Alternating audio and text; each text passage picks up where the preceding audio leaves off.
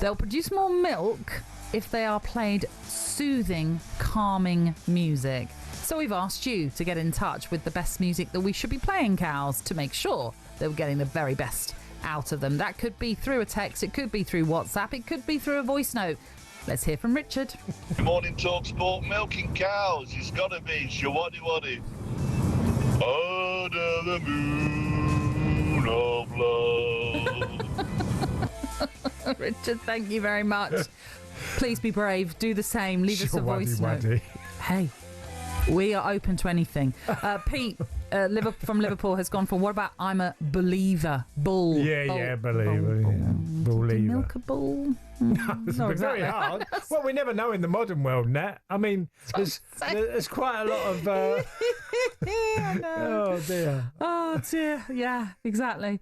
And I'm trying to think what else. Oh, honestly, they were just flying in at one point. Move On Up by Curtis Mayfield has been another suggested, as has Tom Jones's Green Green Grass of Home. We have also... Who Let the Cows Out? Yeah, that would work. Heard it through the grapevine. I Did It My Way. Yeah. Way within WHEY. Chris is also suggestion. It Had to Be Moo. That would work. You see, these are fabulous. And we've had a similar one, but this one is a suggestion of Moo Moo Mia by Abattoir. They've gone for. That's from Craig in Loughborough. Abattoir, good. Yes. So that's what we're looking for. Even band names now. Yes, indeed. It find works. a band name in. It Abattoir. all works this morning. So, yeah, why not send us a message to 81089? You can also WhatsApp us on 03717 223344. An udder one bites the dust, just on X, an udder one bites the dust. We've had that before. That's from Penguin Land. Love the name. Under the Milky Way by the Church. Do you know that one? No. I don't know that one. That's from KTB. Billy Bragg's Milkman of Human Kindness. That's from Gavin. And North East Dad has suggested surely the preferred singer is Tamilka Tikaram. Do you remember Tanita Tikaram? That's obviously a play on there. Yeah, I remember the, and I'm showing my age now, Nat. Ernie, the fastest milkman in the West, right? Yes. Benny Hill. Yes, that would work. Who was, I think he got to number one. That was a number one for a number of weeks, Ernie, the fastest milkman in the West. But because he was so loved, Benny Hill. Oh, he was. So, yeah. Do you know, I knew I've told you before, I knew his agent, Peter Charlesworth, his agent. Right. And he had Benny for a number of years. And he told me that when Benny had done like 20 years on ITV in England, right, and then they didn't, when he was up for a new contract, they didn't keep him, they let him go. And he then went to America for 2 years in America and hit it big. And in that 2 years, he earned more than he got in 20 in England. In 2 years? In 2 years in America. Wow. And he was big in France, by the way, as well. He's big in a number of European countries, Benny Hill. Huge. There you go. You know, all that slapstick type of comedy. Now that you would never see that now, that type of comedy.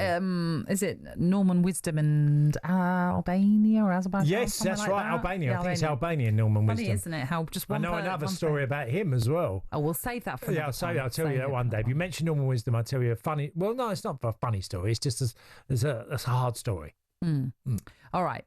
We're going to turn our attentions down to the latest transfer news because there's lots of speculation doing the rounds. And we've already mentioned that talkSPORT sources can confirm Manchester United have reached an agreement in principle with Barcelona for the United forward Marcus Rashford. That after weeks of speculation, that's been talked about in the papers today as well. Another player that's also been mentioned, Cass, is another option for Liverpool, which is, and we again talked about this one yesterday, Hugo Ekitike. It now seems... we understand that Liverpool have submitted an improved offer for the French forward with an agreement now close to being finalised. It does sort of seem that once Liverpool kind of make it known, make their declarations, I know Wirtz maybe took a little bit long, but they seem to get it done pretty quick. If this is the case with because it was Newcastle that seemed to be in for Ekitike, now it's Liverpool. Yeah, Liverpool seem to know what they want and seem to get it over the line. Whatever's happening behind the scenes, because there would have been question marks. I mean, imagine if Liverpool wouldn't have won the league last year, Nat, and had an okay season, there'd have been a lot of question marks thrown at Liverpool about they didn't do any activity last summer of any note. Apart from Chiesa, that was about it. It wasn't hardly anything done. This year, they've gone the complete opposite, done everything, and look like they're not even stopping. So it's a complete contrast in 1 year. So they must have spent a hell of a lot of time over the last 18 months planning for potential signings coming down the road. And this is why you're seeing an explosion of activity in the transfer market by Liverpool. Which in some ways makes sense a little bit when you've got a manager coming in who already had a good squad. We all knew that Jurgen Klopp left them in a pretty good shape. In a way, obviously, when a new manager comes in, you often expect that they're going to want to buy in players that they might already know, or at least have ideas of players they think can improve. But to have waited it out like they did, and how successful it turned out to be as well, winning the Premier League. But it now is the season where you go, right, we've not won the Premier League. Now we're going again. This is our best sort of stage to be at right now, because people look at Liverpool and go, well, I want to be a part of that now. There's no sitting on the laurels, is there? No. At all with Liverpool at the moment. No. Again, I always say there's never guarantees with transfers, but one thing's for sure is that you can't question the quality that they brought in, because that is very, they're some of the best players that are wanted around Europe. And to get Wirtz over the line was a big one. There was a lot of clubs after him, and Liverpool have managed that. I think it's a lot to do with the style of play that they've been sort of promoting from Jurgen Klopp into Arne Slot. That people are looking at Liverpool and saying, what a good team to play for. If you're going to go to a Premier League team, they've become the number one. And there's been other clubs over the last 2, 3, 4 decades that have been the number one. There was a period that everyone wanted to go to Chelsea. There was periods when everyone wanted to go to Arsenal. There's players obviously want to go to Man United and Man City. This has all happened for different football clubs. All them 5 clubs have had their own periods. They could go and pick and cherry pick who they wanted. Other just sort of players to talk about, other teams as well. There's an understanding here at talkSPORT that Manchester City have held tentative talks with goalkeeper James Trafford over an Etihad return. It sparked reports that this could perhaps mean that Ederson is coming to the end of his time. Strange one. You sort of see the why it was not a great season last year. I think there's quite been a disconnect going on, certainly at the Etihad. Right. Because a number of players that were deemed absolute certainty, some of the best around, have had their noses put out of joint slightly, and the wind of change is coming in, they know it.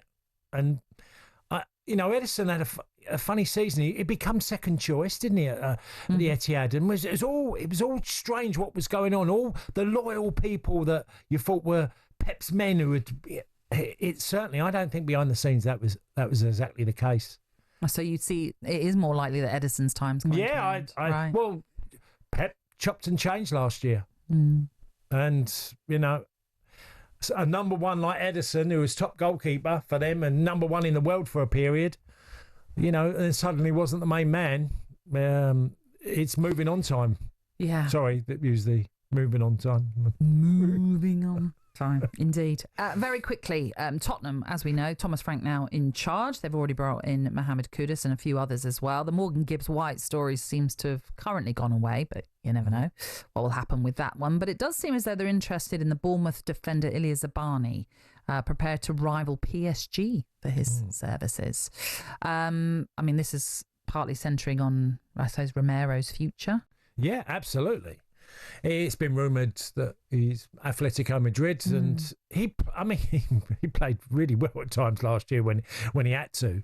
And he's a strange player. Sometimes he's incredible he can be so reckless, Romero. He can get sent off from nowhere in a football match. But you can see his qualities. Other games you watch him, you think he's a really good centre-half. Really, you can trust him. Does Zabani fit for you at Tottenham if they are to do business? Well, had a great season, didn't he? Clubs like Brighton, like Bournemouth, Brentford, all these clubs that have overachieved, and players that them particular football clubs are going for big fees. Look, Pedro, 50 million. There's another defender that they're going to lose potentially. Well, Bournemouth. Yeah. Bournemouth have lost a number, but again, I think they're trusting the model because from the outside now, we're looking at football like we did years ago. We're all guilty of doing this. It's a bit like for you and Brentford. We're looking at, you can't do that. In the old days, you couldn't let people go. You'd suffer. But the models are different in the game now. They're so, related to data, information, and players who are absolutely can step into the position that others have left. And these clubs are comfortable with that. They can say, we can sell. But a club, I know I'm conscious we've got to get to a break, but a club like Bournemouth, if this is the case for Zabani, he needs to leave, they'd rather get that done now, get that business done, because then they can bring in that replacement. I'm sure. What you don't want is that heading into the final few weeks of August, still up in the air, still not knowing what's going on. No, I know, Nat. Look, all these clubs have such great models that they have a number of players ready to step in.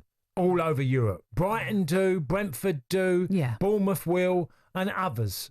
I agree. Yeah. So I don't think that we can't look at football like we did. We used to. It's evolved. It's become something very different now. Is that you can sell on, and you're going to, we all suffer, and we shouldn't have sold them. We've gone down because we let them go. I think the systems now in football clubs are so much.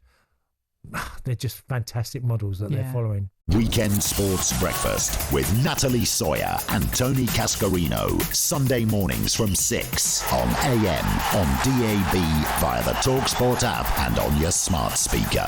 talkSPORT.